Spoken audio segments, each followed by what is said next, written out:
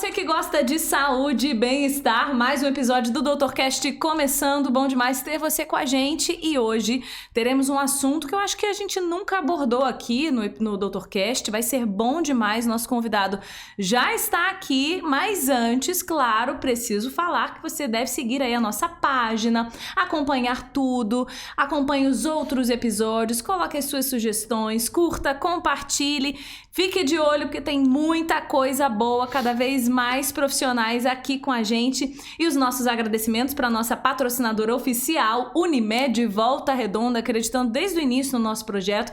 Bom demais ter a Unimed com a gente aqui. E claro, realização, Ponto de Saúde e Ampliamed, apoio Falo Mesmo Comunicação. Ditos nossos recados, bora lá porque é muito papo que vai rolar aqui. Hoje estamos recebendo com muita alegria e com uma certa dificuldade, porque olha, é uma agenda difícil desse povo, gente. Trabalham muito, eu sempre falo isso, né? Mas é Dr. Felipe Condé, falei certo? Certinho. Felipe Condé, e eu vou deixar pra ele, eu tenho um histórico aqui, sabe, doutor, seu histórico aqui, mas me fala pra todo mundo aí, qual é o foco do seu trabalho, o que você faz já há algum bom tempo, né? Isso. Bom, em primeiro lugar, obrigado pelo convite, muita gentileza, fico bastante satisfeito de poder falar dessa especialidade que eu já exerço há 22 anos. A especialidade que a gente vai abordar hoje é a cirurgia bucomaxilofacial. Na verdade, é um nome grande, né? E ele é maior ainda, porque o nome correto da especialidade é cirurgia e traumatologia bucomaxilofacial. Os pacientes conhecem como cirurgião bucomaxilofacial, mas a especialidade ela é enorme. E é uma especialidade que faz parte da odontologia. Então, quando um profissional que faz odonto finaliza a faculdade, ele vai fazer uma especialidade, né? E dentre várias especialidades que a odontologia tem, uma delas é a cirurgia bucomaxilofacial. É como se fosse na área médica.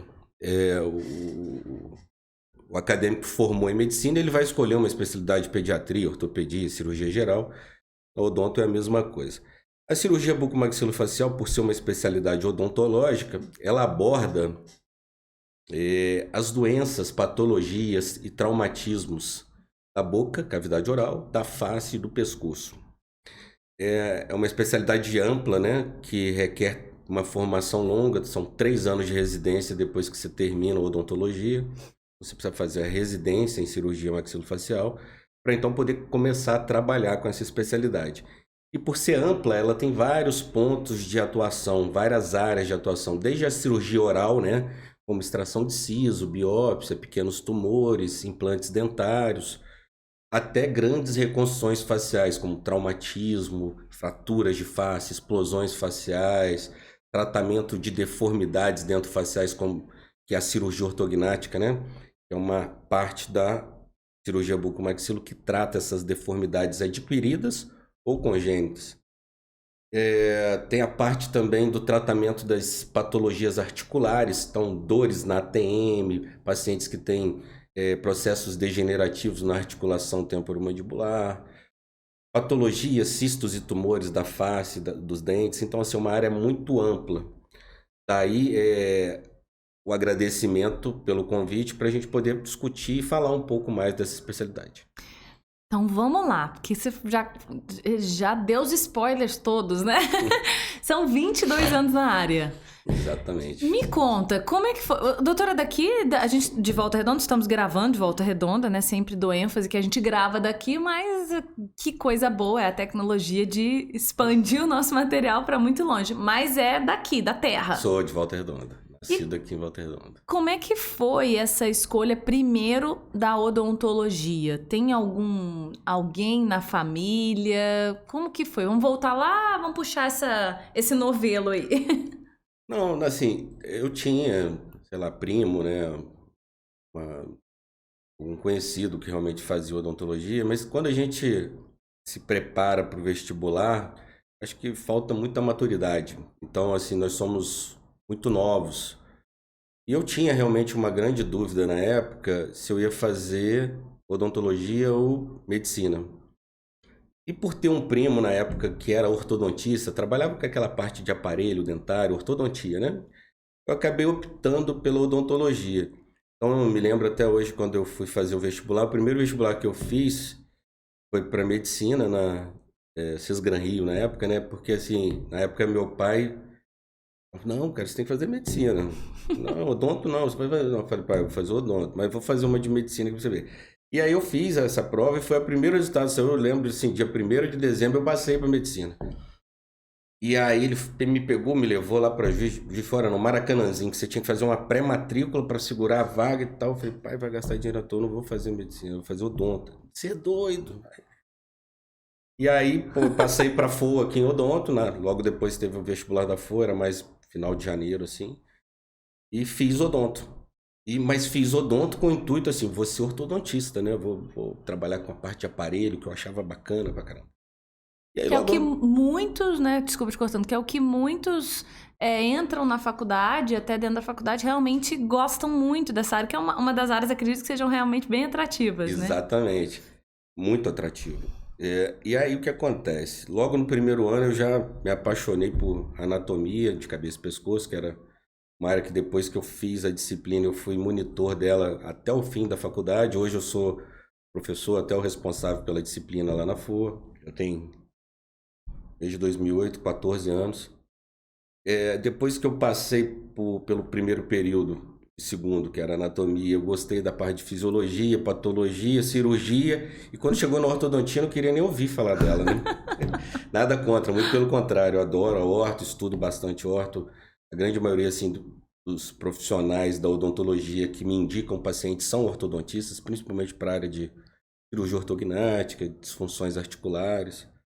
Eu adoro a especialidade, mas acabou que assim, eu gostei e me apaixonei logo de início pela bucomaxila. Então, assim, eu acho que no primeiro, segundo período eu já sabia que eu ia fazer residência em buco, né?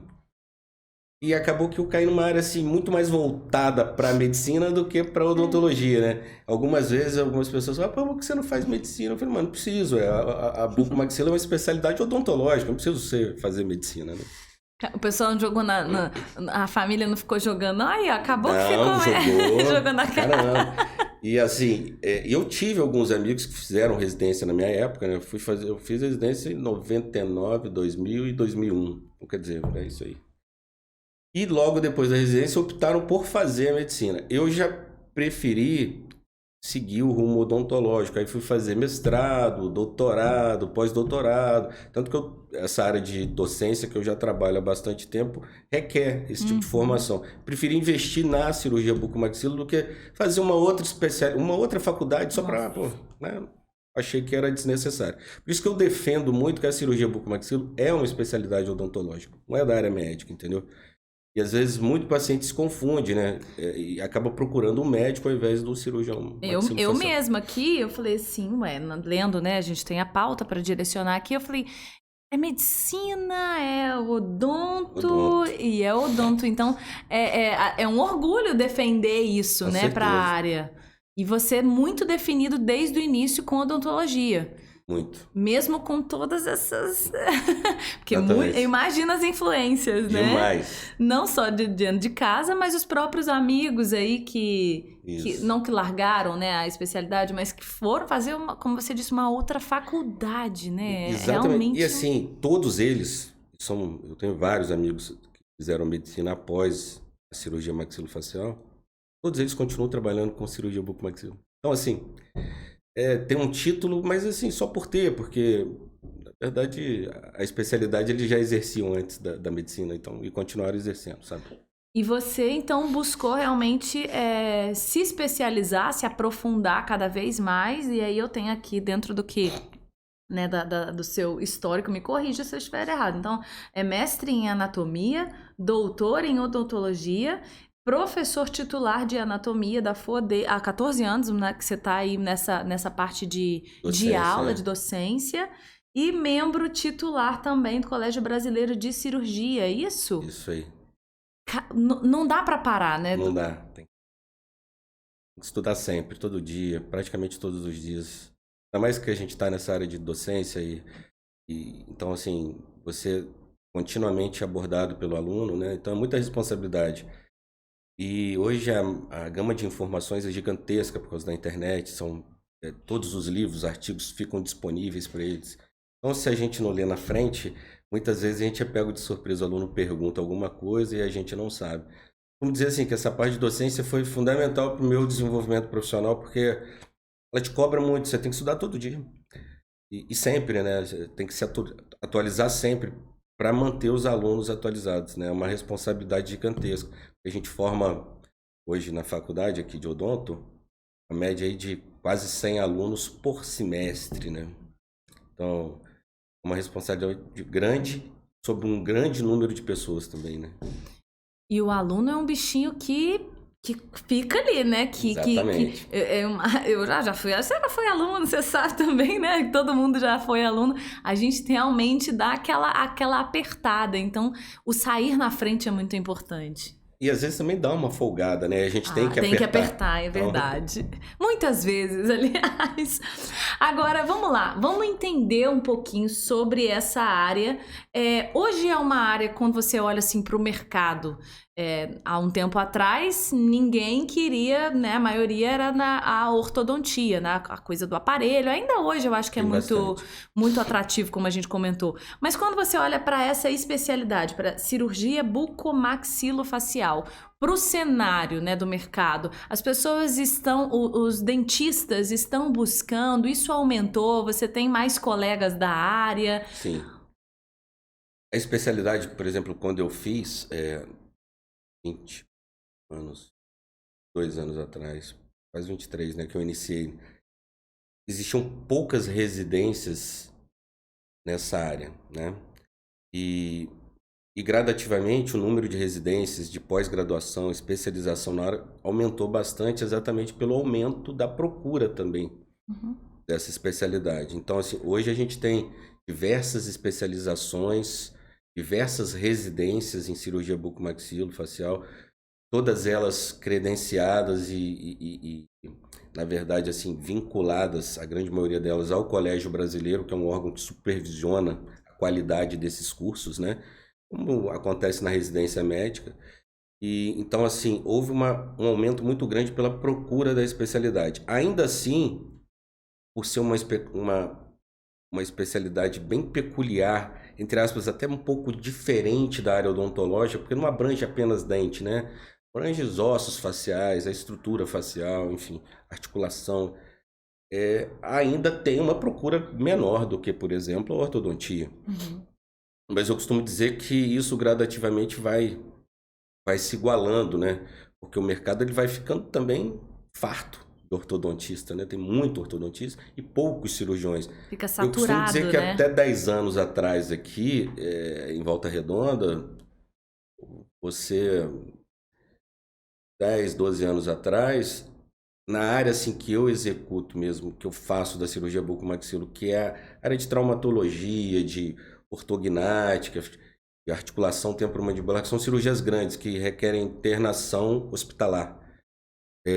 Anestesia geral. Não é feita num consultório odontológico, ela é feita no ambiente hospitalar, sob anestesia geral, né?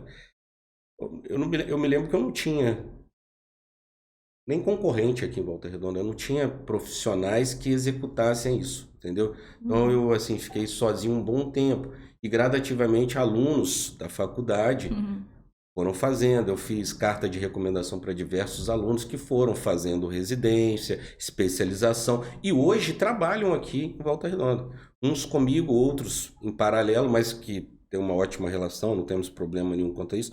E costumo dizer que ainda faltam profissionais, porque é uma área ainda carente. Mesmo em Volta Redonda, que é uma cidade relativamente de porte médio. Mas tem espaço para cirurgião maxilofacial. E nessa, imagina assim, né, o prazer de olhar alunos que você assim, vendeu a ideia do negócio, a pessoa comprou, realmente acreditou. Fez residência.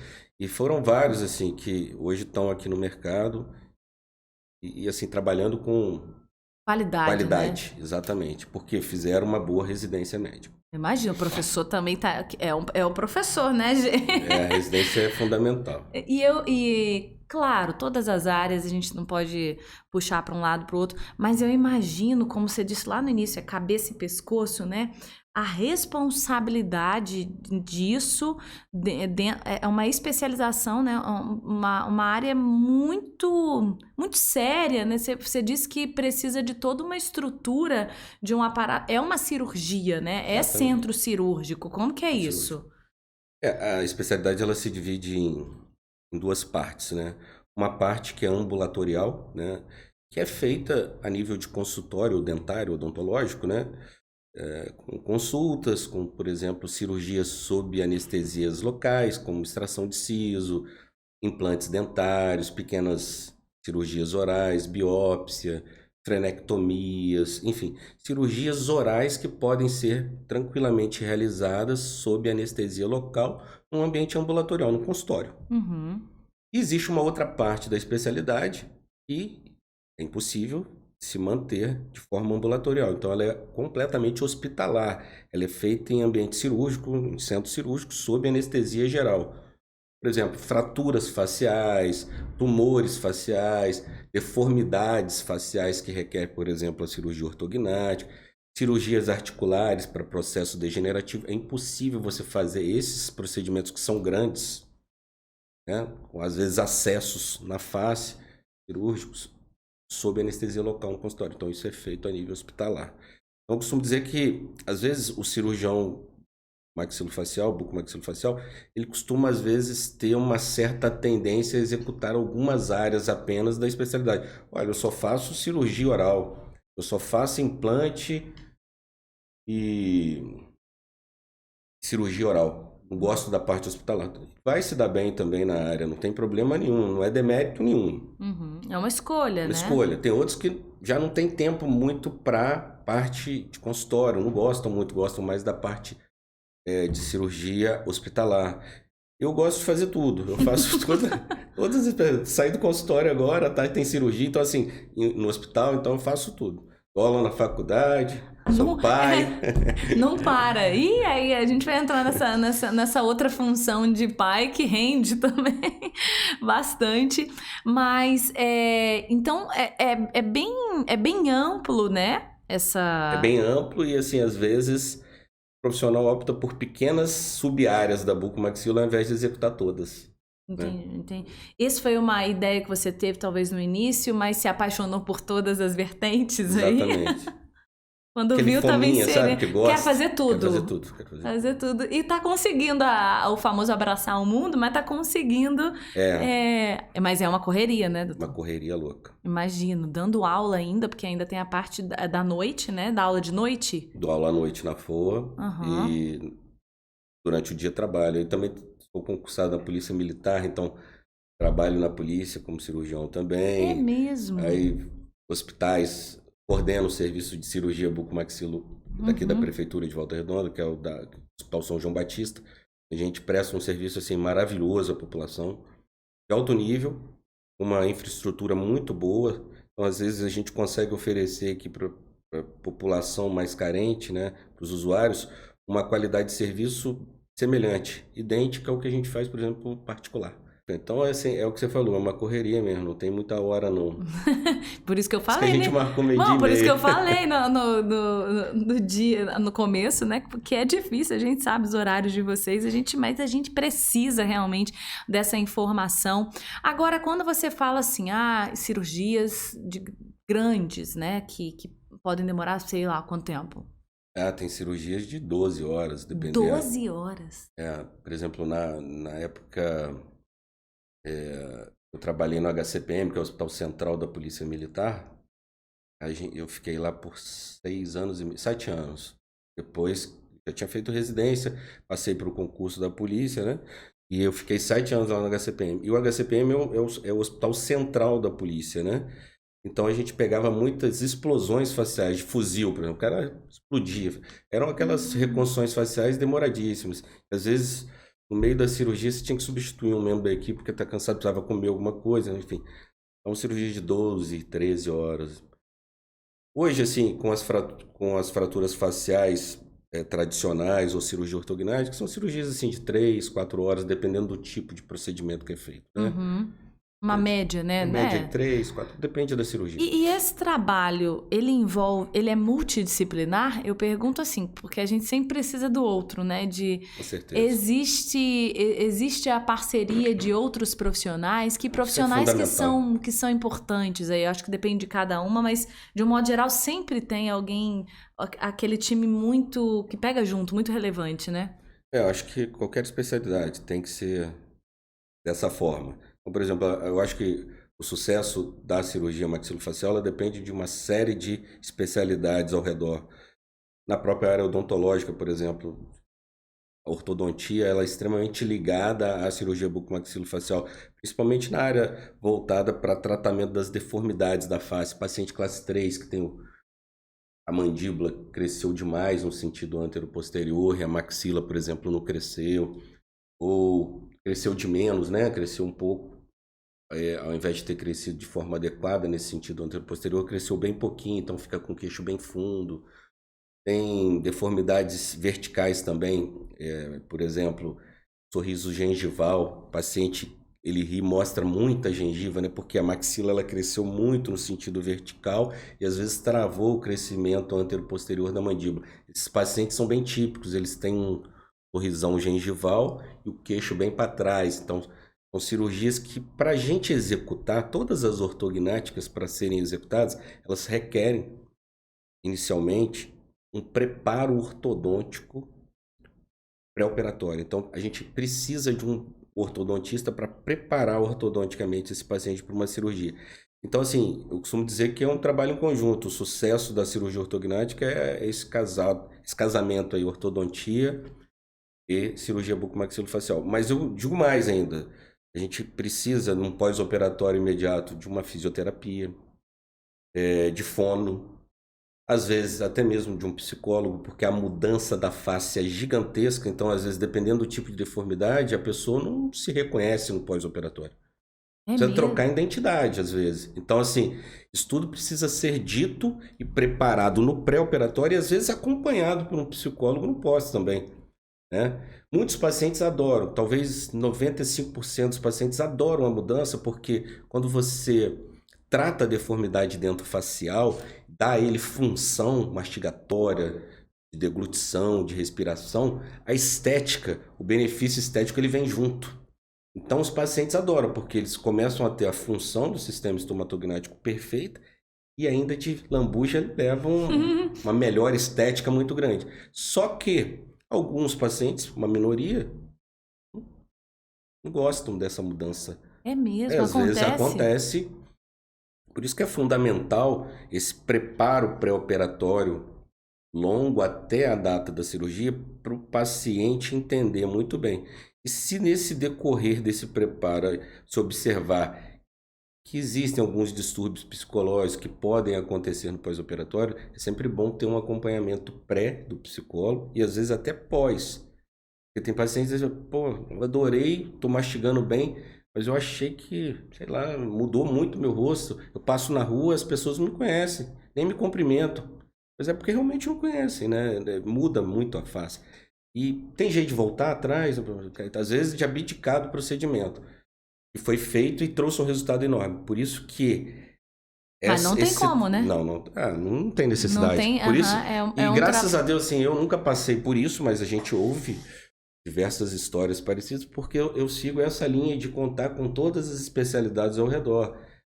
Acho que um preparo pré-operatório adequado, você trabalhar isso até a data da cirurgia, evita esses transtornos no pós-operatório, entendeu? Mas acontece então, doutor, porque você falou que pode ter que mudar a identidade. Como que tem um nome essa cirurgia? É Ortognática. Ortognática, que é a cirurgia que tem o queixo um pouco mais projetado e aí mexe com toda essa estrutura. Exatamente. Na verdade, existe uma alteração no crescimento maxilomandibular, né? Por isso é chamado deformidade dentofacial, onde o grau de deformidade dos ossos maxilares ele é tão grande que não adianta o ortodontista tentar botar só o aparelho ortodôntico, porque ele só vai mexer nos dentes. Então, às vezes, ele vai tentar acertar os dentes e não vai conseguir devido a esse desequilíbrio enorme que houve no crescimento maxilomandibular. É na parte óssea Na mesmo. parte óssea. Então, sem a cirurgia ortognática, você não consegue resolver o problema do paciente.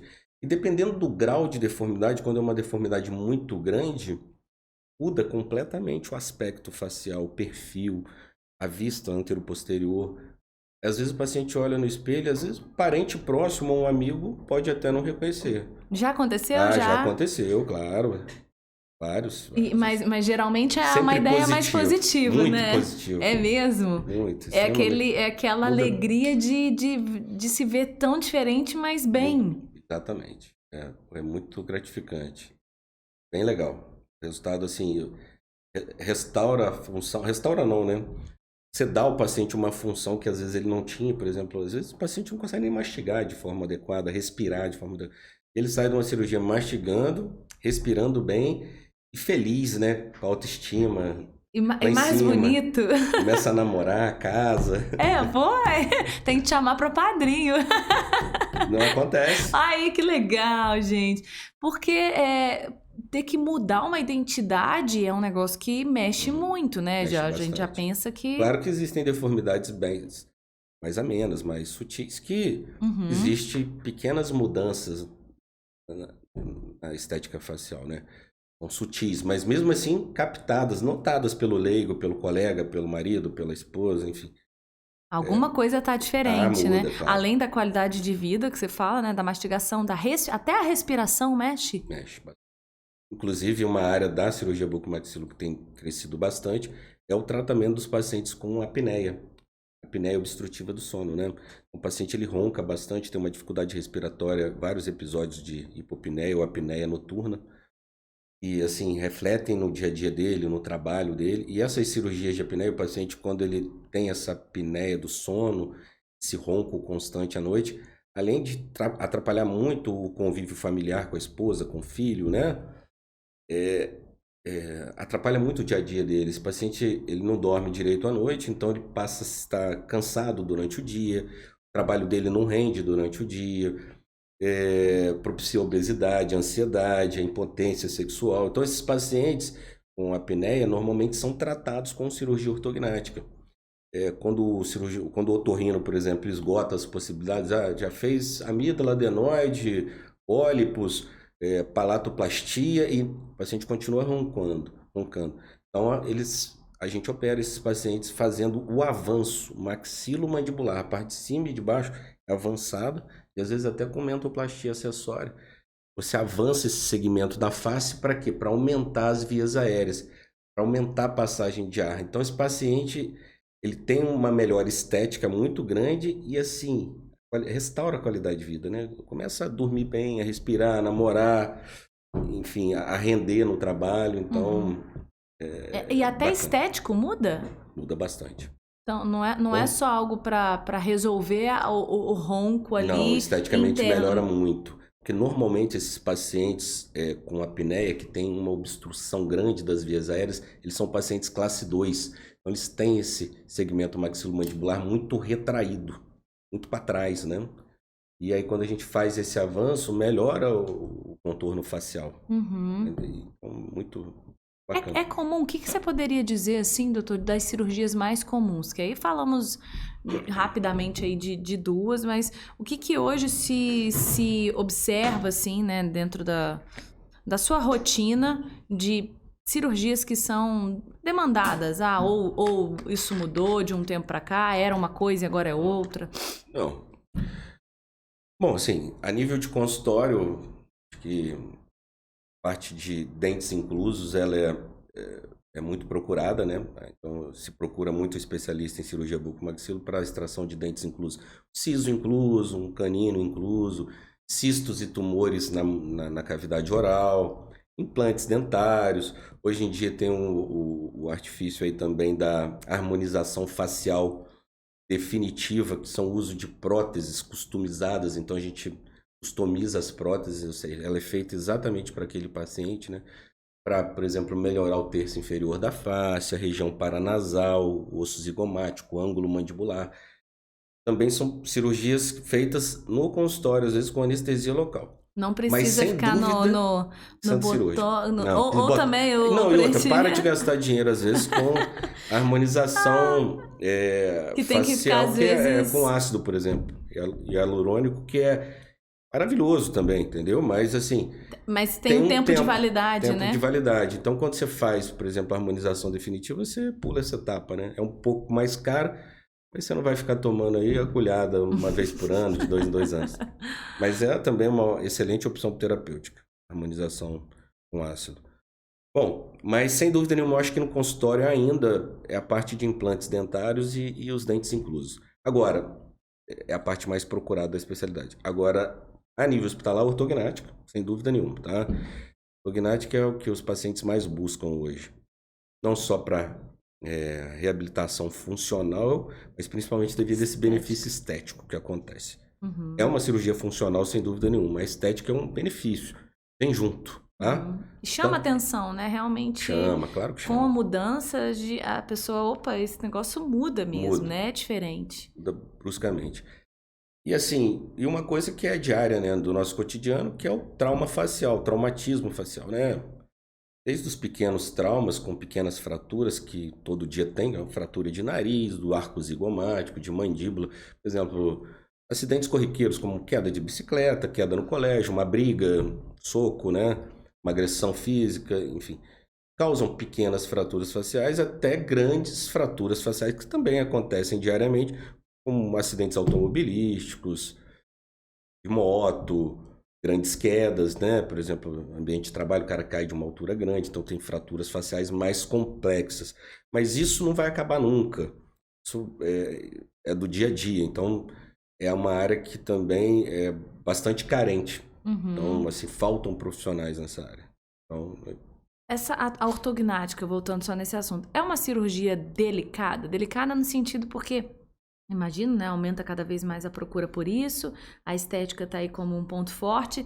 Ai, doutor, mas tenho medo. Ai, doutor, mas vai doer. Ai, como é que é a recuperação disso? Como que você pode falar, assim, às vezes, para essa pessoa que tá assistindo a gente e já ouviu falar, né? Como que é essa cirurgia, já que ela é tão comum e se é isso mesmo, tempo de tratamento desse pós, esse acompanhamento, ele requer algum cuidado muito específico? ótima pergunta. Aliás, é uma dúvida de todos os pacientes. Acho que na primeira consulta, uma parte que os preocupa bastante, né? Preocupa muito os pacientes ou os acompanhantes, pai, mãe. É exatamente isso que você... Como é que acontece até a cirurgia e como que é o pós-operatório? Então, assim, ó, a cirurgia ortognática, para ela acontecer, primeira coisa, o paciente tem que ter um preparo ortodôntico, alinhar, nivelar os dentes, corrigir o grau de inclinação dos incisivos, tentar zerar uma curva que a gente tem ali que chama curva de Spee. Ou seja, tem que passar, tem que usar um aparelho por um tempo, não é Tem que usar um aparelho vou fazer. com um ortodontista de preferência competente que saiba preparar esse paciente adequadamente para a cirurgia. O que não tem mistério algum, mas leva um tempo. Mas leva um tempo, normalmente em torno aí de 12 a 24 meses, dependendo do grau de deformidade, tá? Da posição dos dentes. Então não é uma cirurgia de imediata, não. né? Então quando o paciente ele chega no consultório para a primeira consulta, possivelmente ele vai ser operado após 1 ano, 1 ano e meio, às vezes 2 anos. Então, porque ele vai iniciar um preparo ortodôntico com o ortodontista. Durante esse preparo ortodôntico, eu vou vê-lo diversas vezes para ver como está indo o preparo, como ele está evoluindo, né? Uhum. É feito um planejamento virtual dessa cirurgia dele. Então, hoje, antigamente, quando a gente fez residência, isso tudo era feito na mão, como desenho, né? Simulações, chamado traçado predictivo. Hoje não, hoje é muito preciso. A gente faz isso tudo no computador. Com tomografias, escaneamentos intraorais, enfim. A gente planeja virtualmente essa cirurgia, dando ao paciente a possibilidade dele enxergar como que ele vai ficar no pós-operatório. Tá? E nesse período do planejamento de 1 ano, 1 ano e meio, 2 anos, tudo isso é feito com o paciente. Principalmente no momento que ele está apto, pronto para a cirurgia. Quando ele está pronto para a cirurgia, ele já passou pelo consultório do cirurgião bucomaxilar várias vezes, já é amigo nosso, né? Então ele já tirou todas as dúvidas. Mas a dúvida principal e a que mais agoniza esses pacientes é o pós-operatório. Como vai ser? Então, uma cirurgia, dependendo do número de segmentos operados, porque pode ser um segmento, a maxila, 2 segmentos, maxila e mandíbula, e pode ser 3, maxila, mandíbula e o queixo também. Então, uma cirurgia que varia entre 1 e 3 horas, dependendo do número de segmentos que a gente faz, feita em ambiente hospitalar, sob anestesia geral. Esse paciente, ele interna, é submetido a essa cirurgia, e normalmente no dia seguinte, mais tardar 48 horas depois, que é raro, mas pode acontecer, ele tem alta. E aí, na alta hospitalar, ele tem uma série de recomendações pós-operatórias para seguir. Por quê? Ele vai ficar inchado, ele vai ter dificuldade de se alimentar, ele vai ter uma ligeira parestesia, que é uma dormência nos segmentos dos tecidos moles da face. Ele vai ter um certo receio também de mastigar, porque aqueles ossos eles são fraturados e recolocados na posição correta. Mas ele não tem dor. É um pós-operatório que não dói. A gente costuma dizer que o pós-operatório da cirurgia ortognática é indolor. Na verdade, o paciente tem parestesia, ele tem uma dormência naquela região, que às vezes dura aí de 45 dias a 6 meses, 1 ano, em algumas partes. Então não tem dor. Mas ele tem uma série de recomendações a seguir: dieta líquida pastosa por um período, fisioterapia, que pode iniciar já de imediato com tapings, né, aqueles tapings faciais, às vezes fono para acompanhar. Ele vai no nosso consultório durante 6 a 8 semanas, seguidamente, uma vez por semana, para a gente ver como é que está a posição dos dentes, as suturas, as feridas. Aliás, é bom até frisar aqui para vocês que cirurgia ortognática ela é feita completamente por dentro da boca. O paciente não tem nenhuma cicatriz no rosto, tudo é por dentro da boca. Então a gente vai acompanhando esses pontos, né, porque são pontos reabsorvíveis que a gente também não vai precisar tirar no pós-operatório. Esses pontos eles se reabsorvem aí por completo aí com 45 a 60 dias. E aí, passou esse período, a gente dá alta para esse paciente, que é uma alta, entre aspas, provisória, para que ele retorne ao ortodontista, para o ortodontista ver se vai precisar fazer algum refinamento ortodôntico, girar um dentinho, melhorar aquele encaixe. Então, o paciente, depois da cirurgia ortognática, volta para o ortodontista para passar por esse refinamento ortodôntico, que demora em torno de 6 meses até ele tirar o aparelho definitivamente e a gente fazer as fotos oficiais. Finais, Afinal de contas, foi um trabalho em conjunto. E longo, né? Longo. Então, quem às vezes está pensando em fazer isso, às vezes se antecipar, não deixar muito para frente, isso é um ponto bem importante. E assim, aqui em Volta Redonda, graças a Deus, a gente tem uma gama assim, extremamente seleta de ortodontistas. A gente tem excelentes ortodontistas, porque além de ter a faculdade de odontologia aqui há muitos anos, tem 3 cursos de pós-graduação aqui. Em Volta Redonda, né? Tem a própria faculdade, o do Unifor, tem o da ABO de Volta Redonda, tem o ABO de Barra Mansa, e se eu não me engano também tem o Serginho da Atna. Então são vários, então os alunos assim, eles são bem formados por esses profissionais. E todos esses cursos de formação em ortodontia, graças a Deus a gente é convidado para poder falar sobre cirurgia ortognática. Então, esses profissionais, quando eles saem da formação ortodôntica, quando eles terminam a especialização, eles já saem com como conduzir um paciente com cirurgia ortognática. Então, eles já orientam esses pacientes o passo a passo. O paciente, dificilmente, ele vai chegar diretamente no meu consultório. Ele vem encaminhado por um ortodontista, já ciente de que ele vai passar por todo esse processo até ser operado. Isso se dá porque existe formação profissional para isso, entendeu? Então, esses cursos de especialização em ortodontia acabam formando bem esses alunos. E aí o paciente ele não chega sem informação. Cru, né? Ele não chega cru. Mas às vezes acontece. Às vezes o paciente chega lá e fala, pô, eu quero fazer ortognática que eu vou casar daqui a 2 meses. Não, amigo, então você vai casar primeiro. Então vamos te operar daqui 1 ano e meio, 2 anos, entendeu? Sua mulher já te escolheu, né? Não tem problema. Ela só vai ficar mais satisfeita, né? Mas é importante esse trabalho em conjunto para otimizar esse processo. Claro. Para avançar, para as coisas fluírem não mais rápido, mas no tempo que deve ser, mas com qualidade profissional. Acho que realmente isso é um ponto bem importante. Lembrando você de acompanhar o nosso canal, por favor, de seguir as nossas redes sociais, curtir tudo, faça-me o favor, hein? Vai naquela setinha lá que otimiza tanto, né? Você pode encaminhar esse conteúdo. Estamos falando de cirurgia ortognática, hoje com bucomaxilo. Na verdade, é um nome maior, eu tô enxugando aqui, né?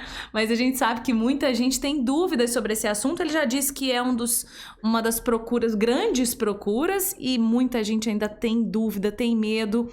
Acabou de explicar pra gente que não é um processo rápido, né? Não dá pra chegar e querer fazer, então tem todo um acompanhamento. Trabalho sério, gente, trabalho de qualidade. Estou recebendo o Dr. Felipe Condé. Condé, tem que falar certinho. Agora vamos lá.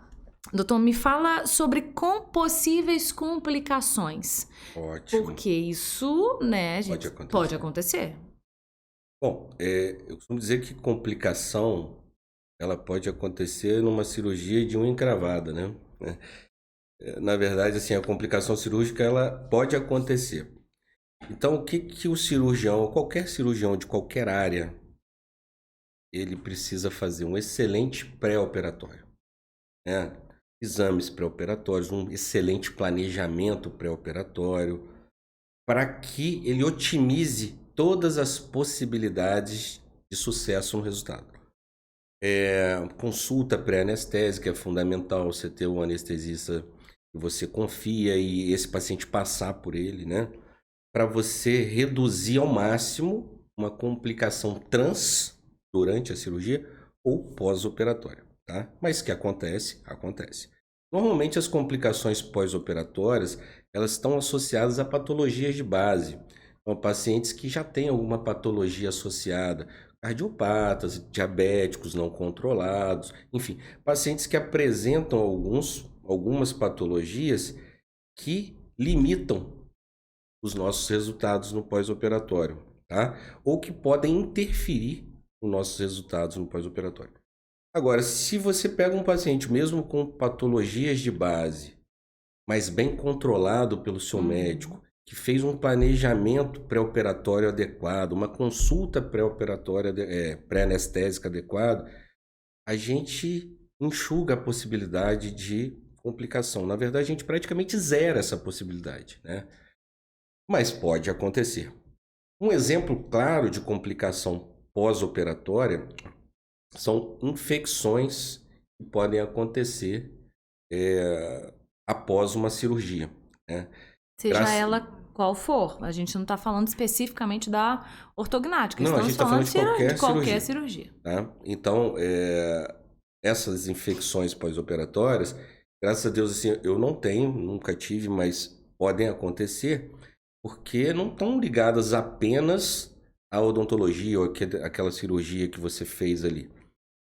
Às vezes o paciente ele teve uma baixa de imunidade, ele pegou uma infecção hospitalar, ele tem, por exemplo, uma patologia cardíaca, que é muito comum, não sei se você ouviu falar, da endocardite bacteriana. A endocardite bacteriana é uma das infecções mais comuns da área de cardiologia e tem alta ligação, assim, alta relação com problemas dentários, por exemplo, com infecções dentárias, né? Então, sempre, o cirurgião ele deve ter seus protocolos medicamentosos, principalmente de forma pré-operatória, para se evitar esses transtornos, não só na nossa área, mas também, por exemplo, no coração. O paciente sai de uma cirurgia e tem uma endocardite bacteriana.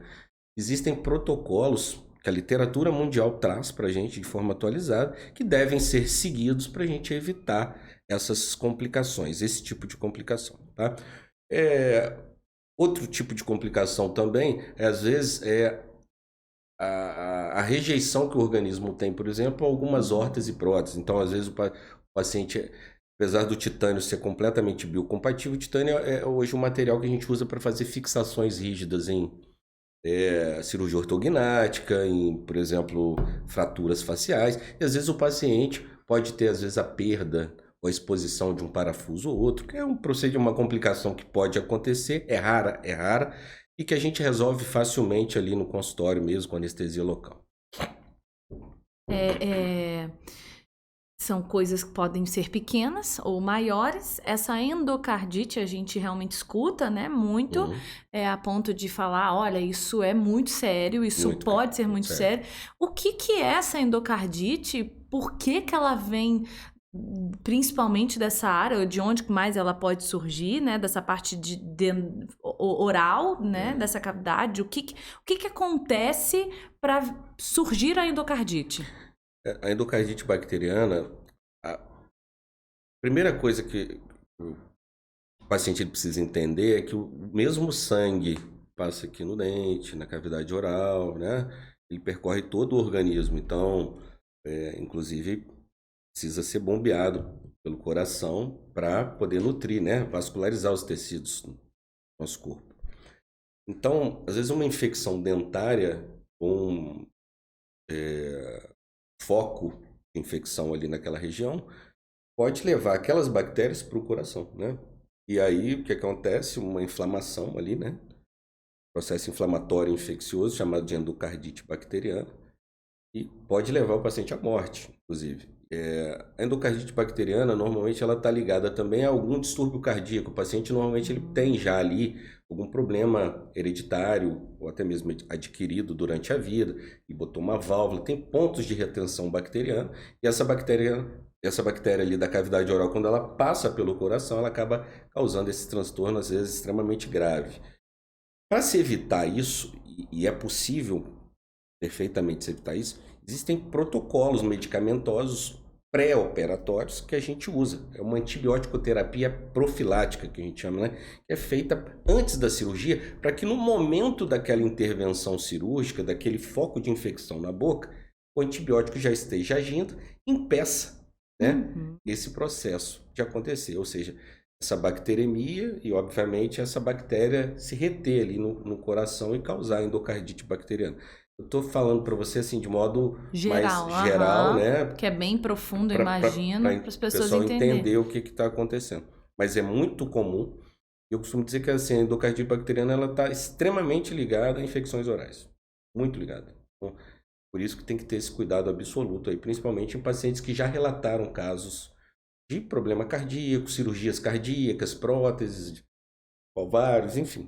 Mas está ligado à higiene a pequenas coisas. Às vezes uma coisas. bacteremia local, uma má higiene oral, às vezes, pode vir trazer transtornos ali no coração. Desde exatamente. Coisas pequenas a... Às vezes é uma coisa muito comum também, pacientes que têm problemas articulares, então opera, faz infiltração, faz antibiótico terapia e a artrite, o processo articular não melhora. Por quê? Porque às vezes ele tem um foco bacteriano aqui na cavidade oral que manda a bactéria para aquela região o tempo todo.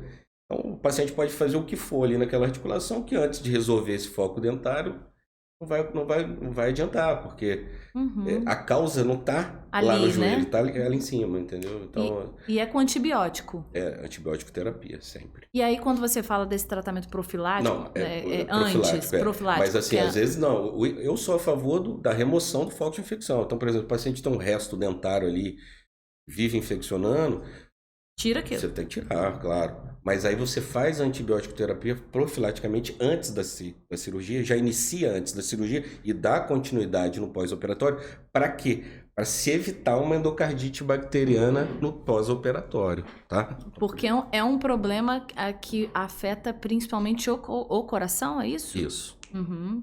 E quando você fala desse antibiótico, dessa medicação antes, é para qualquer paciente ou para aquele que tem algum problema prévio de coração? A profilaxia antibiótica, quando você faz a profilaxia antibiótica, normalmente o paciente já tem uma patologia de base. Então você inicia a medicação antibiótico no pré-operatório, existe um protocolo, né? Uma hora antes, às vezes repica, se a cirurgia passou de 2 horas, você faz uma nova dosagem ali. Mas depende é para todos? Não. Depende também se vai ser a nível ambulatorial ou a nível hospitalar, porque às vezes via oral ou venosa, né? Mas não para todos. Eu, particularmente, já tenho o costume de fazer com todos os meus pacientes. Eu inicio o antibiótico na noite anterior à cirurgia.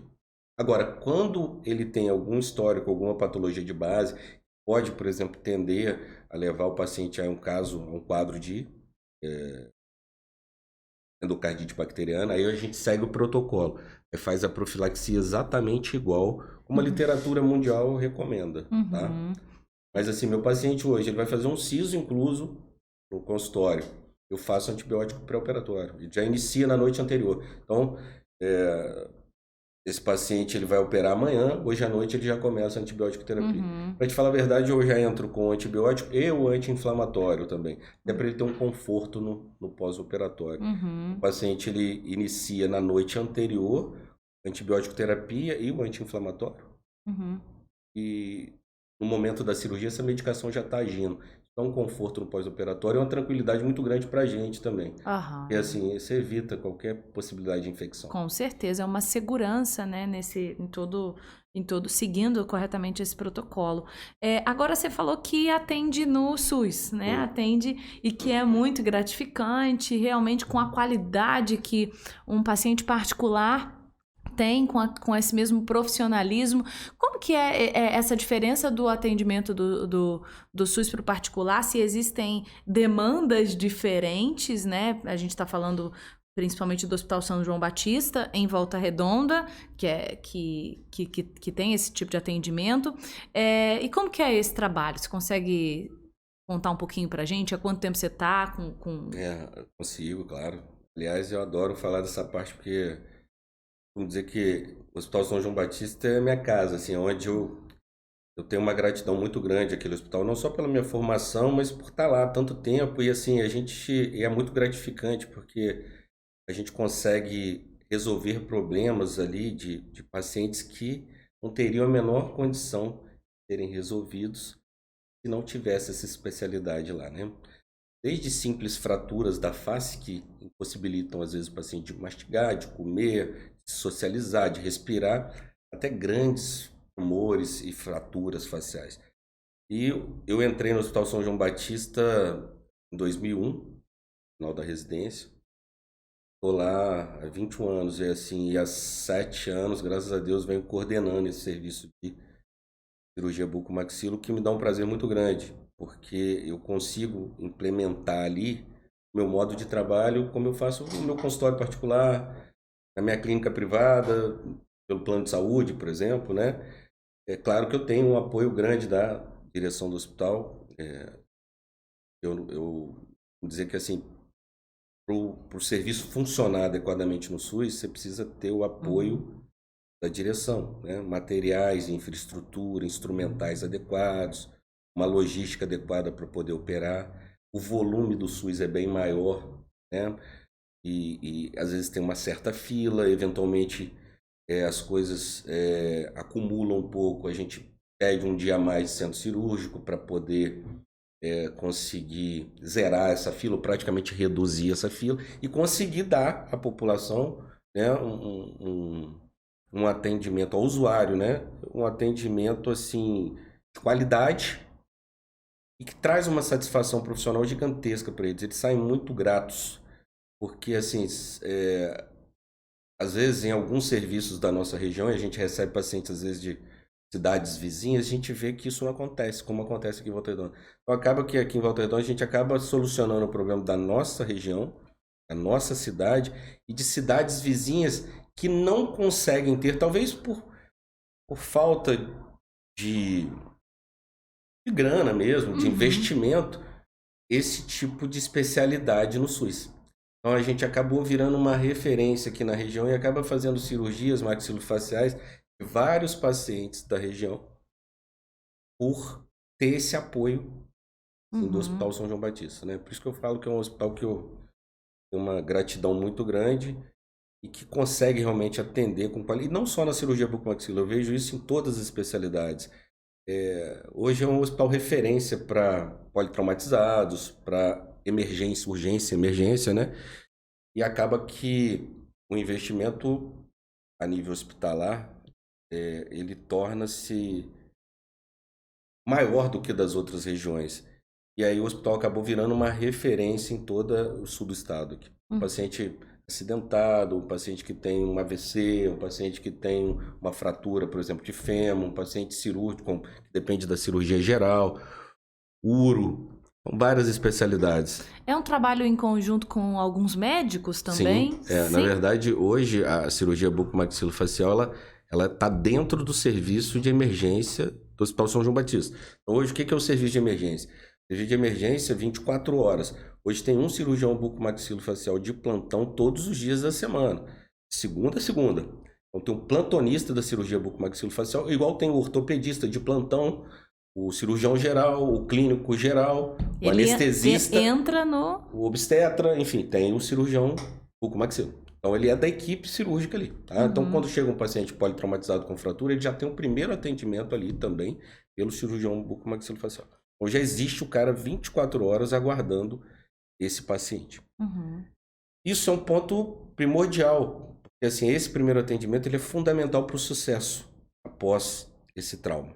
Tem que ser rápido. Ser rápido. Porque as fraturas se consolidam em locais errados e às vezes você demora a tratar esse paciente, você precisa quebrar esse osso novamente para recolocá-lo na posição anatômica correta. Então, assim, isso acontece e que tempo que isso acontece? Em vários serviços e em vários pontos áreas, da nossa região acontece, porque não tem um cirurgião ali. Demora. Demora. E outra, as filas são gigantescas. Então, assim, às vezes um paciente com uma fratura de face, em algumas cidades da nossa região, não desmerecendo de forma alguma, mas que não tem condições, às vezes, de ter um serviço desse, acaba que esse paciente fica 2, 3 meses sem ser operado, essa fratura acaba consolidando num local errado, completamente torta, né? Então, esse paciente, quando chega pra gente, a gente vai tratar uma fratura, a gente vai tratar uma sequela de fratura. Às vezes, tem que quebrar esse osso, tentar achar ali o melhor ponto para poder restaurar a função desse paciente. Então, o primeiro ponto do São João Batista, e no caso da emergência, é ter um plantonista especializado nessa área. Agora, vários pacientes, às vezes, não são operados no primeiro tempo. Então, a gente, além desse plantonista diário que a gente tem ali, a gente tem uma rotina, um ambulatório, onde todos os pacientes que não puderam ser operados durante a semana no plantão, por algum outro problema, às vezes foi para o CTI, às vezes o risco de morte era muito grande, às vezes tinha um TCE, um traumatismo craniano que o impedia de ser operado naquele momento, enfim. Esse paciente, às vezes não, ele é sempre encaminhado ao ambulatório da cirurgia bucomaxilofacial, onde a gente pega esse paciente que não foi submetido à cirurgia de urgência ali e prepara ele para uma cirurgia eletiva. Para ser operado, por exemplo, daí 1 semana, 2. Então a gente faz todo o protocolo que é feito no particular. Exames pré-operatórios, planejamento cirúrgico, solicitação de materiais, são placas e parafusos para fixar aquele osso no lugar. Consulta pré-anestésica e aí marca a cirurgia dele e ele é operado, entre aspas, tardiamente não, mas um pouco mais à frente. Então, sei lá, 2, 3 semanas após o trauma, dependendo da condição clínica dele. Mas aí tem esse lado positivo, né, que tem todos esses exames, né, tem todo esse tempo também para organizar, para olhar com mais carinho também para aquele paciente, né? A gente sabe que o SUS também como você disse, né? É uma demanda alta. Muito, muito diferente do particular, com muitas urgências, né? Então, é um serviço diferenciado. E aí o SUS, só te interrompendo, até para você entender, e aí o SUS, por ter essa demanda gigantesca de traumas faciais, e hoje o Hospital São João Batista ser uma referência na região para primeiro atendimento desses pacientes, a gente fica, por exemplo, limitado as cirurgias, por exemplo, de deformidade dentofacial, a ortognática. Então, por exemplo, dificilmente eu vou conseguir fazer uma cirurgia ortognática no SUS. Não porque não é possível acontecer. É possível acontecer. Só que o número de pacientes que necessitam de um tratamento de urgência ali, ele é tão grande, então, todo dia tem paciente fraturado, que não sobra vaga, nem tempo e nem profissional hábil ali disponível para fazer a cirurgia ortognática. E essa é uma diferença, então, né, assim, do atendimento por que não particular. tem ortognática no SUS? Não é que não tem, alguns serviços até tem, né? Mas as urgências, elas estão à frente. Mas normalmente você né? pode pegar esse serviço que tem ortognática que não tem urgência nele. Então, não é um hospital de urgência, de emergência, de porta aberta, que com um paciente fraturado ali o tempo todo. É um SUS especificamente para cirurgias eletivas. E a gente já está começando a implementar isso aqui. Já temos aí 3 pacientes, né? Notícia fresca aí para você. Temos 3 pacientes do SUS que já estão em preparo ortodôntico para a cirurgia ortognática e que serão submetidos à ortognática pelo SUS. Então a gente está criando aí essa chancela, graças aí à direção também do hospital, assim como outros procedimentos eletivos que não tinham espaço, a gente começou a fazer lá, como cirurgias articulares, processo degenerativo, discopexias, enfim, uma série de cirurgias articulares que o SUS, normalmente no Brasil todo, é difícil encontrar um serviço que faça, aqui o Hospital São João Batista já começou também a fazer. Então, assim, avançando promissor. Aos pouquinhos, né? Promissor, bem promissor.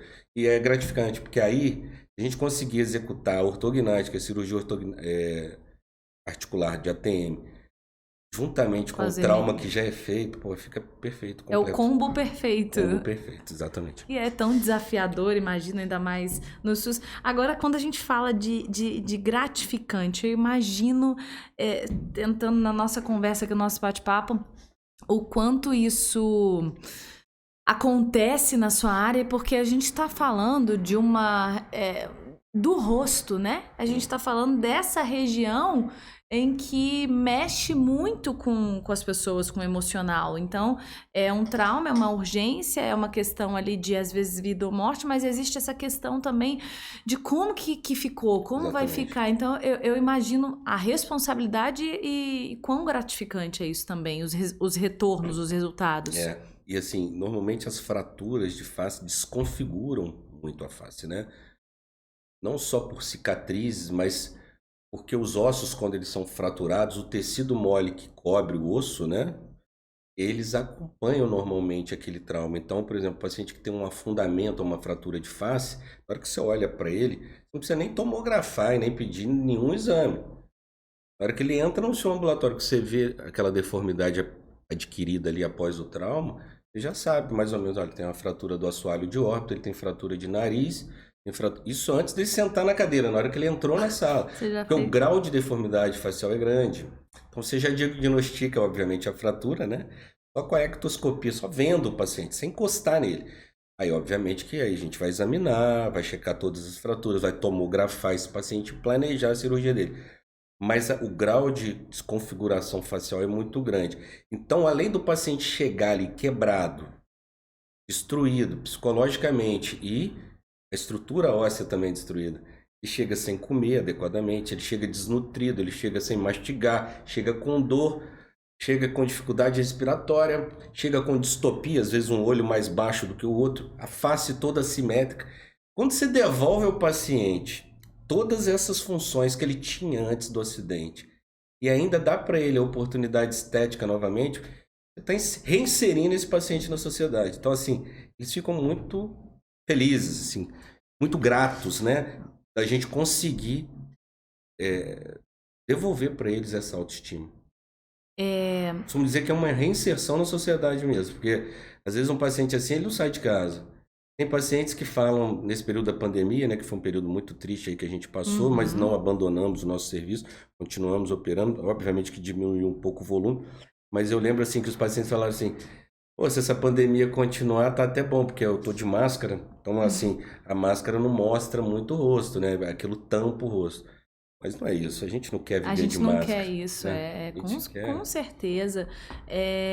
Agora, quando você fala em alguns momentos sobre placas, sobre estruturas que precisam ser colocadas nesse rosto para ajudar. Como que tá essa inovação tecnológica, esse avanço na sua área, né? Porque na medicina, de um modo geral, a gente, na odontologia, né, na área da saúde, a gente vê tantos avanços nesse sentido, eu acredito que não é diferente na bucomaxila, né? O avanço é gigantesco, diário. Eu costumo dizer que às vezes um curso, um congresso que você deixa de ir, você perde uma mega quantidade de informações extremamente valiosas para tratar de forma adequada os nossos pacientes. Então, assim, eu me lembro quando eu fiz residência, isso em anos, a gente raramente usava uma placa, um parafuso para tratar uma fratura.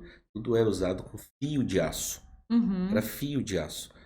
Grosseiro, né? Era mais... E assim, instável também. Às vezes você perdia algumas fixações de fratura porque não eram materiais rígidos ali para fixar uma fratura. E gradativamente isso foi evoluindo. Hoje a gente tem diversos tipos de material de fixação adequados, à base de titânio, então placas, parafusos. Mas eu acho que o avanço principal foi o tecnológico. Foi a previsibilidade que a gente tem antes da cirurgia. Então, a gente consegue prever com um bom planejamento virtual, através de tomografias, modelos, escaneamento intraoral, o resultado que a gente vai ter no pós-operatório.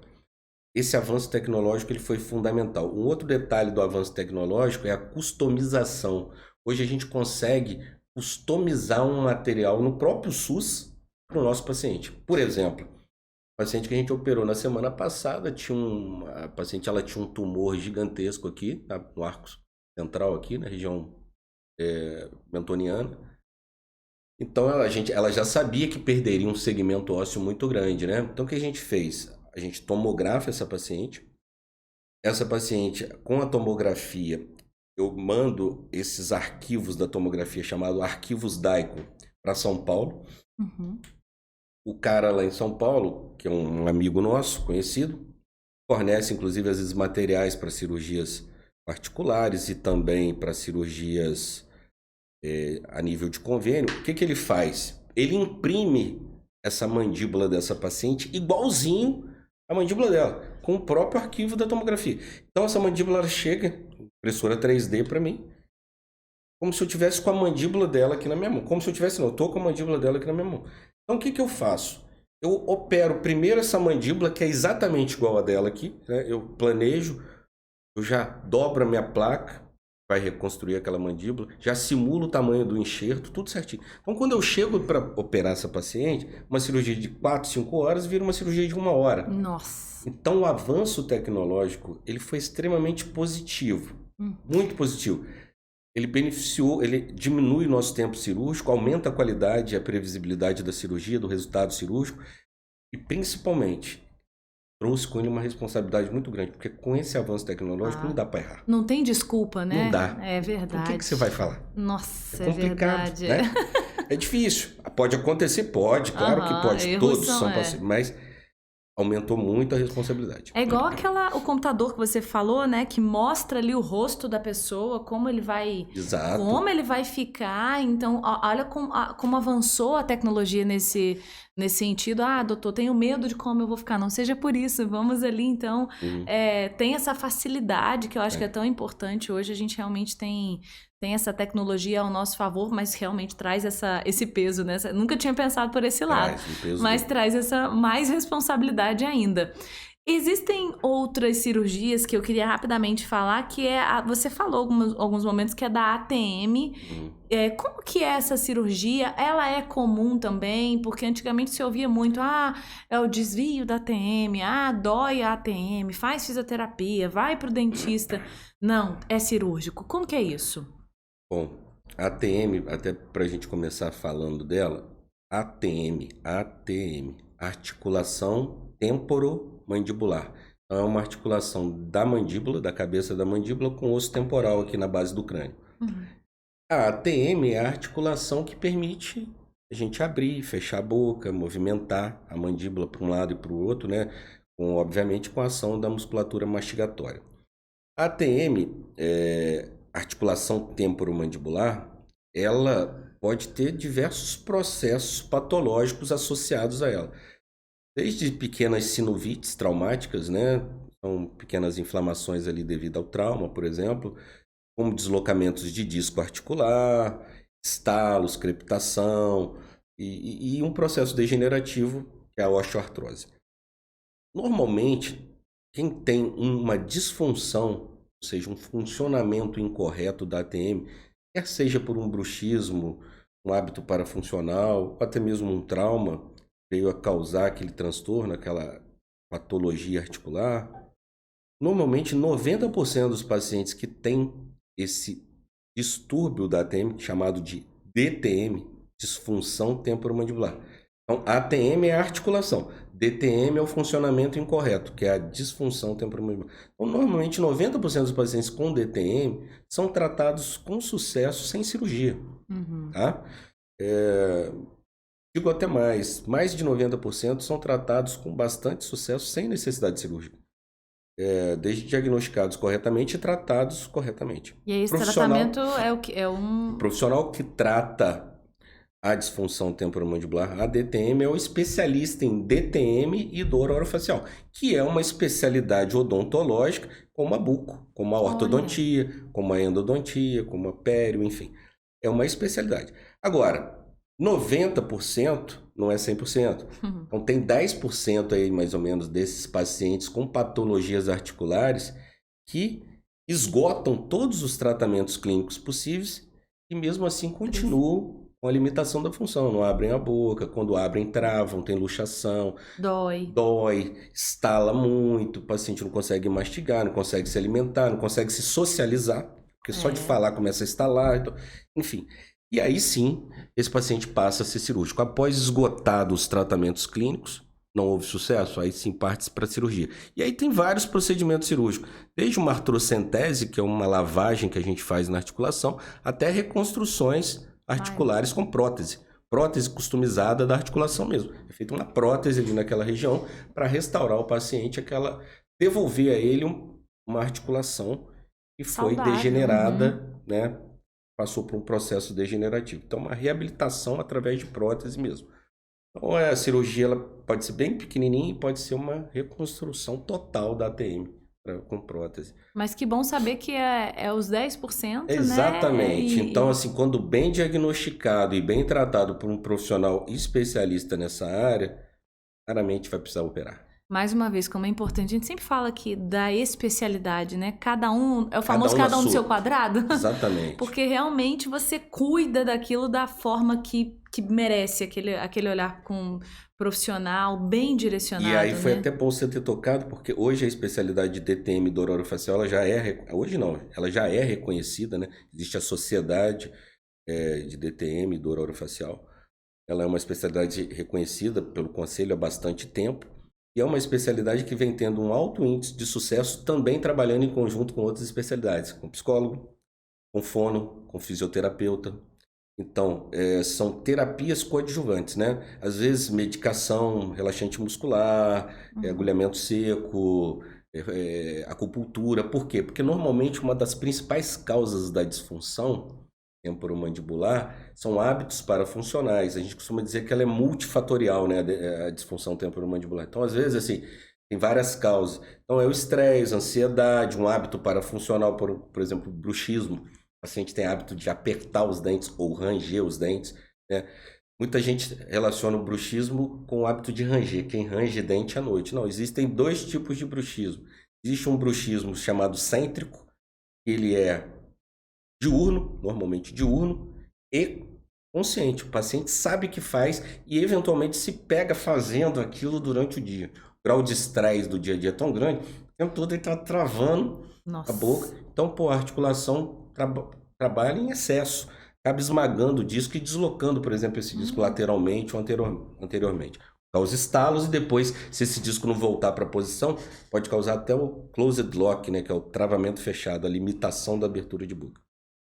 E tem o bruxismo excêntrico, que ele é noturno e inconsciente. Ele acontece à noite, depende da sua vontade, né? Normalmente o marido, esposa, filho, namorado, é que ouve aquele ranger de dentes à noite e te fala isso.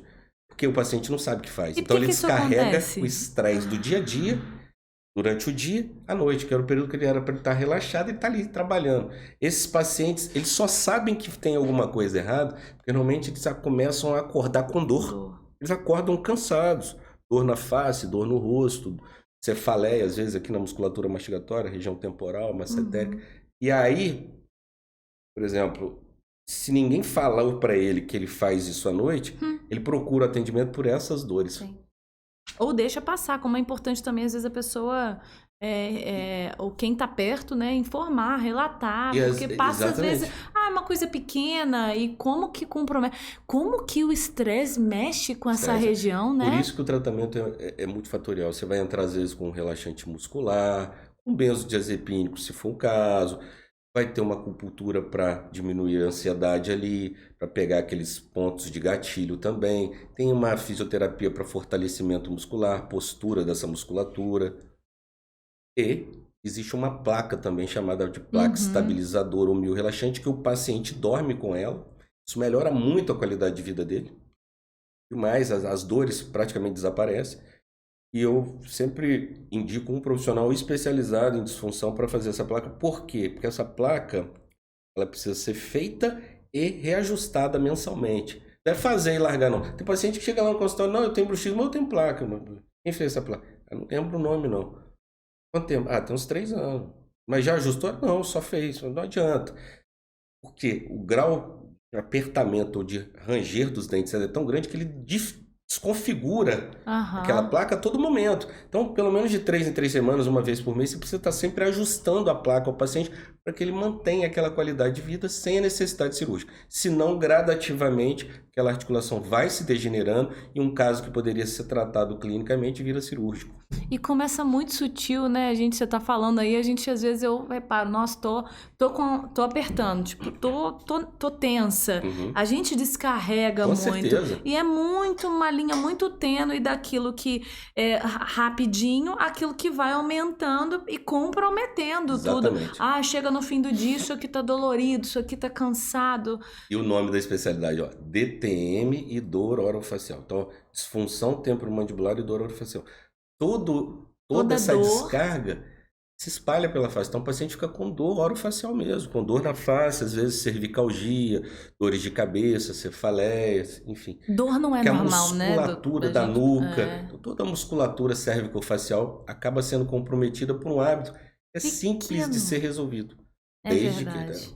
Um outro detalhe bastante interessante que vale a pena a gente frisar aqui, e isso é extremamente defendido não só pelo Colégio Brasileiro de Cirurgia Bucomaxilofacial, mas também pela Sociedade de DTM e Dor Orofacial.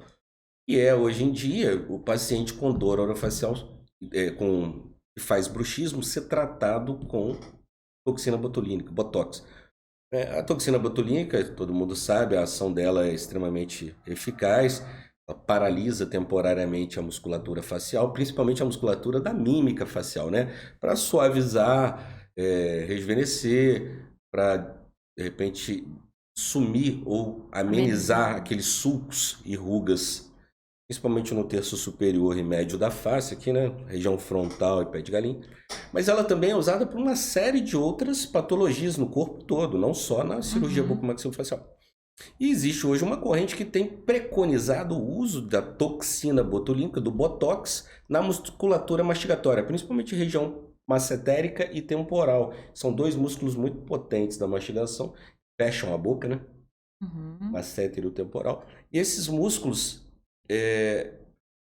vêm recebendo com muita frequência nos consultórios grandes dosagens de toxina botulínica com o intuito de amenizar ou suavizar o bruxismo. Toxina botulínica não trata bruxismo. Não existe nenhuma evidência científica de que você fazendo botox o bruxismo vai acabar. Vai paralisar aquela musculatura mastigatória ou parte dela e vai desequilibrar o sistema estomatognático. Então, na verdade, assim, se você quiser usar a toxina botulínica para relaxamento daquela musculatura, sim, justifica, mas para tratar bruxismo, não. Bruxismo é tratado com especialista, entendeu? E hoje em dia tem muito paciente recebendo grandes dosagens desse produto, assim, que não resolve o problema dele. Aliás, gasta uma grana, né? Uma placa sai muito mais barata do que o Botox. E muito mais assertiva. Deixa o Botox para a região frontal. Poxa. Mas muito mais assertiva. É aquilo, realmente, cada um cuidando do que lhe convém, com profissionalismo, com qualidade, de forma assertiva. Não adianta, às vezes, inventar um negócio, uma moda, como a gente tanto escuta aí, sem evidência, mais uma vez, né? Evidência científica contra isso, contra provas, não tem como a gente discutir. Agora, Doutor, vamos tirar esse doutor da frente aí e me fala quem que é o Felipe Condé, porque lá ele falou assim, eu sou professora, isso e aí, e pai. E aí, no meio até do nosso bate-papo aqui, ó, qual que é o nome do filho? Luca e Caio. Luca e Caio. Foi o Luca que ligou, né? Luca que ligou. Eu falei assim, não, atende, porque filho a gente atende. Ele, não, filho, tô numa gravação. São os seus meninos? 2 meninões, um de 15, o Luca, de 15 anos, e o Caio tem 9 anos. Eu nasci aqui em Volta Redonda, fiz faculdade aqui, né? Depois precisei sair, né, para estudar e também para concurso. Me casei e tive primeiramente o Luca e 7 anos depois chegou o Caio. Costumo dizer que são assim as melhores coisas assim da minha vida, né? Eu acho que como profissional a gente constrói uma carreira sólida, em prol assim de sucesso profissional, mas depois que a gente tem filho, começa a dar valor a tantas outras coisas, né? Então, assim, de ter que, às vezes, deixar de fazer uma cirurgia ou de terminar uma entrevista para atender o telefone. E, às vezes, você toca o telefone e você já fica tenso, preocupado. vai acontecer alguma coisa, né? Mas, assim, no mais, é muito gratificante ser pai do Luke e do Caio. Eu adoro os dois, assim, apaixonado. E o mais velho, inclusive, fala que vai seguir essa área de saúde aí, cirurgia, bucomaxilo, ou sei lá, cirurgia plástica, algumas coisas. Eu falei, filho, tem que pensar bem, porque as coisas mudaram tanto. E hoje... Você tá fazendo o papel do seu pai lá atrás? Eu falei, não, assim, não fazer por comodidade, meu pai já fez, né? Hoje em dia, assim, a gama de escolhas está muito grande, né? Hoje, assim, o mercado de trabalho, ele cresceu e ficou extremamente, assim, diversificado. Antigamente, eu acho que todo mundo, quando fazia vestibular, queria fazer odonto, medicina, engenharia ou direito, né? Era mais ou menos isso, assim, né? Hoje mudou. Cara, às vezes não vai nem fazer faculdade, de repente ele vai fazer um curso técnico, se especializar em alguma área e vai, às vezes, se dar bem profissionalmente, muito melhor do que aquele cara que... Vai empreender em outra área, é verdade. Então, assim, ele é muito orgulhoso também do pai, porque gosta, assim, do meu trabalho, sabe que eu trabalho... Muito por eles, assim, né? da sociedade. Então, assim, às vezes tem essa vontade de fazer. E o Caio ainda? O Caio tem 7 anos. Caio tem 9 anos. 9 anos? Uma figuraça, assim. Caio tá lá, rara, né? Mas ainda não fala nada do que ele quer fazer, não. E claro, como pai, o hobby, depois que a gente é pai e mãe, parece até clichê a gente falar, mas é porque é realmente o rumo das coisas, como você bem disse, né? O propósito fica muito maior, o sentido muda. Como pai, nosso hobby, né? Como mãe, nosso hobby é estar com os nossos filhos. Mas o que você gosta de fazer? Eu sei que você não para e estuda o tempo inteiro. Você já mandou a letra já logo no início, mas Tenho pouco tempo com eles, assim, confesso a você. Não porque eu queira, porque, assim, o meu dia a dia é muito complicado. Então, eu saio muito cedo, né? Às vezes chego muito tarde. Mas durante o dia eu procuro sempre falar com eles ou estar com eles em algum momento. Ou levo um no colégio, busco o outro, ou levo no futsal e o outro no basquete. Ou a gente sai, pega no colégio, vamos comer alguma coisa, enfim, bater um papo. Então, assim, procuro estar sempre, ou almoça junto, enfim. Uma parte do dia tá junto com eles. Mas realmente, assim, ficar o tempo todo é muito complicado. Então, a gente curte mesmo o final de semana, né? Hoje à noite, a partir de hoje à noite até domingo. Hoje sextou. Hoje sextou, exatamente. E o que você gosta de fazer, assim? É um cinema, é leitura, Depende, sabe? Porque eles são muito diferentes. Depende do que eles gostam de fazer, o Luca né? hoje tá numa fase de 15 anos e tava namorando, né? Até terminou o namoro, mas assim, tá numa fase de resenha, de namoro, de paquera. Então, assim, o tipo de aventura e programa que eu faço com o Luca é completamente diferente do que eu faço com o Caio. O Caio adora ir pro shopping, cinema, jogar bola. O Lucas já tá numa outra vibe, né? Então, diferente essa fase, né? E acaba que você alinha o que você gosta ao que eles gostam, isso, né? Mas às vezes a gente consegue conciliar, por exemplo, futebol. Né? Então, vê um jogo junto, aí come pipoca, faz churrasco e tal. Mas tá mais complicado. Há um tempo atrás era fácil, porque qualquer coisa que você propunha para os dois, né? Uma viagem, um final de semana. Agora, às vezes, até viajar é complicado com os dois, porque o programa de um é completamente diferente do outro. Né? É uma idade que já está ainda bem distante. Mas é maravilhoso, tá perfeito. Como é que tá essa adolescência? Ai, Jesus, eu tenho uma aí de 7, eu falo, ai, meu Deus, não tô preparada. Luca foi uma criança, assim, maravilhosa, moleque muito do bem, muito bacana. E assim, gradativamente a gente vai notando uma mudança, não de caráter, mas uma mudança muito brusca, né? Assim, entre 12 e 13 anos até agora 15. Porque é muito hormônio, uma explosão hormonal. O que valia antes não vale. Gente, mas não era o Luca. Não é o mesmo? Mas é normal, típico da idade. A gente procura, eu e a mãe dele, sempre orientarmos assim da melhor maneira possível, mostrar sempre o caminho do bem, o que é certo, o que é errado, orientar, falar, conversar. Às vezes eles falam até que a gente é muito chato, né? Porque a hora que a gente tá junto para falar, você vem pra buzinar. Não, mas você tem que dar, pelo menos pra... Tá certo. Tem que falar, né? Mas procurar, assim, a gente procura manter a harmonia sempre. Então, com essa mudança brusca de temperamento do Luca, a gente também teve que mudar o modo de lidar com eles, né? Porque antes a gente dava ordem, agora a gente tá sugerindo algumas coisas. Entendi. É a forma de falar, de conduzir. É vivendo mas sempre aprendendo. No nosso comando ainda. Lógico, a rédea tem que ser curta, mas a maternidade é a paternidade sem essa ambiguidades, né? Tipo... Já o Caio tá mais, apesar de ser bastante bagunceiro, assim, uma criança extremamente elétrica, agitada, ela também é um doce, uma criança... Tem os contrapontos, né? Não. É legal isso, de olhar para as personalidades diferentes. Um beijo para o Luca e para o Caio. Doutor, queria muito te agradecer. Acho que a gente poderia ficar aprofundando em um monte de assunto. É uma vastidão esse tema, realmente. Ainda mais você que pegou todas as frentes. Poxa, a gente tentou aqui explorar um pouco de tudo. Mas eu acho que você conseguiu perfeitamente. Conseguir equilibrar o professor do ambulatório, do cirurgião. Foi ótimo. Brigadão pelo seu tempo aqui, que eu sei que é apertado. Já vou liberar aí, porque ele falou que ele tem cirurgia ainda hoje, pra você ver, ele não... Ainda tá no corre, então muito obrigada pelo seu tempo disponível. Obrigada a todo mundo que acompanhou com a gente. Lembrando mais uma vez...